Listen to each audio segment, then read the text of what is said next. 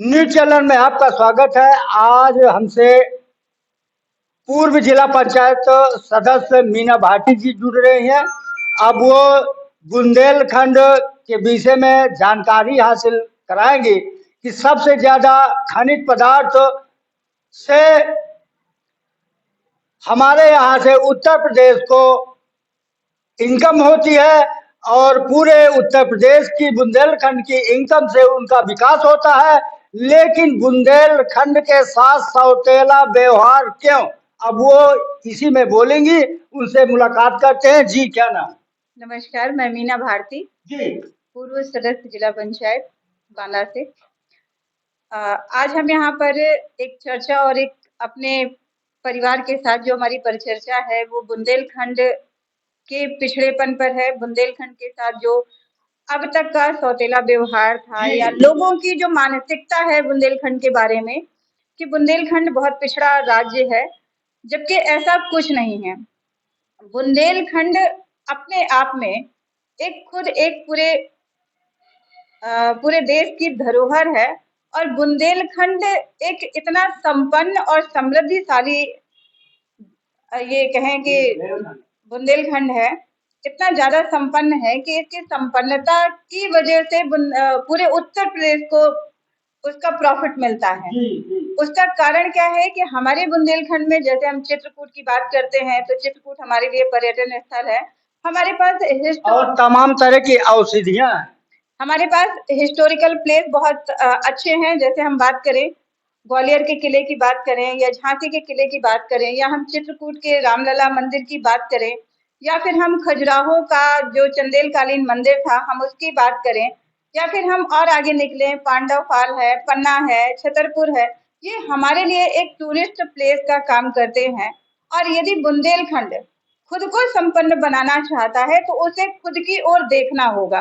अब तक बुंदेलखंड के निवासियों ने खुद को नहीं देखा है।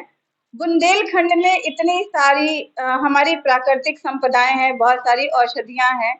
साथ ही साथ हमारे बुंदेलखंड में जो है अलग अलग जिले की अलग अलग पहचान है। जैसे हमारे बांदा जिले में विश्व प्रसिद्ध एक केन नदी में पत्थर बनता है जिसे हम सजर के नाम से जानते हैं और माननीय योगी जी ने भी उस सजर पत्थर को एक महत्वपूर्ण स्थान दिया है। साथ ही उसे अभी जो है डीएम महोदय ने भी उसके बारे में एक अपना वक्तव्य जारी किया था। तो बांदा जिले की हो गई। साथ ही हम यदि ललितपुर की तरफ निकलते हैं तो ललितपुर में लाल मिट्टी के साथ साथ वहां पर ग्रेनाइट की बहुत सारे पहाड़ हैं, खनिज पदार्थ हैं। यदि जो भी यहाँ पर सीएम आए या अन्य कोई भी वो हो, यदि बुंदेलखंड की खनिज संपदा को हम केवल और केवल बुंदेलखंड के लिए इस्तेमाल करें, यहाँ की वनस्पतियों को हम केवल बुंदेलखंड के लिए इस्तेमाल करें, तो बुंदेलखंड एक संपन्न राज्य बहुत अच्छा बन सकता है।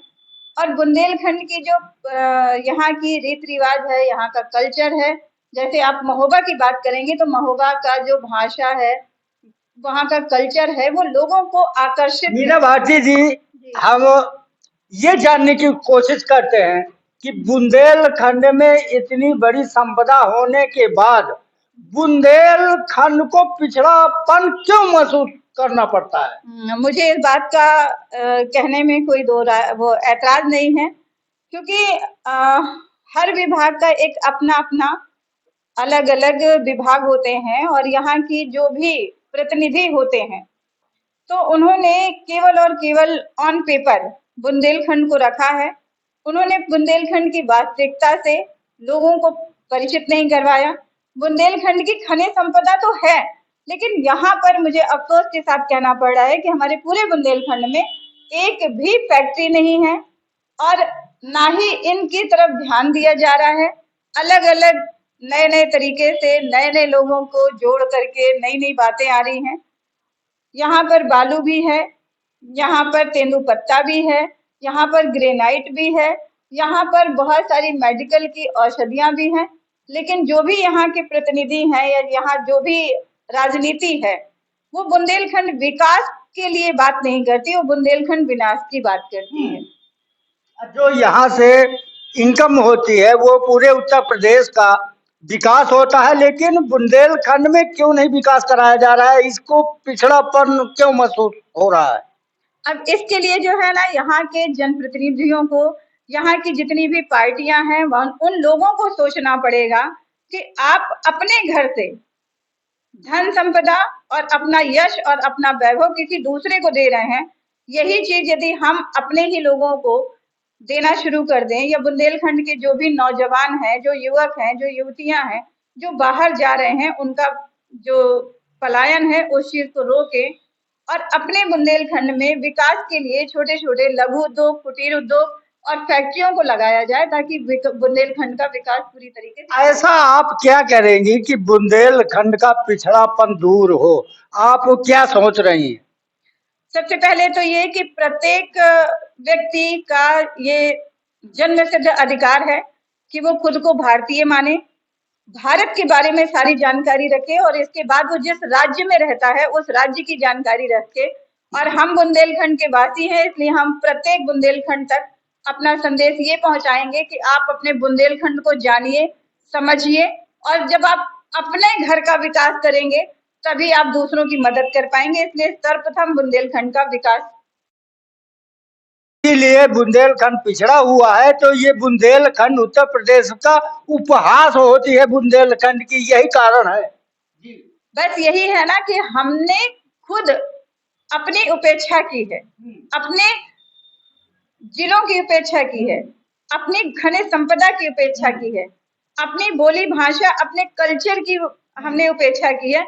जिस दिन हमें ये बात समझ में आ जाएगी कि हमारा बुंदेलखंड स्वर्ग से भी सुंदर है और स्वर्ग से भी इसे सुंदर बनाया जा सकता है, उसी दिन से बुंदेलखंड का विकास संभव हो जाएगा। मीना भारती जी का कहना है कि हमारा बुंदेलखंड स्वर्ग से सुंदर है, लेकिन पिछड़ापन होने के कारण लोग इसको महसूस नहीं कर पा रहे हैं। यूपी 335 न्यूज़ बांदा से नटू प्रसाद पटेल।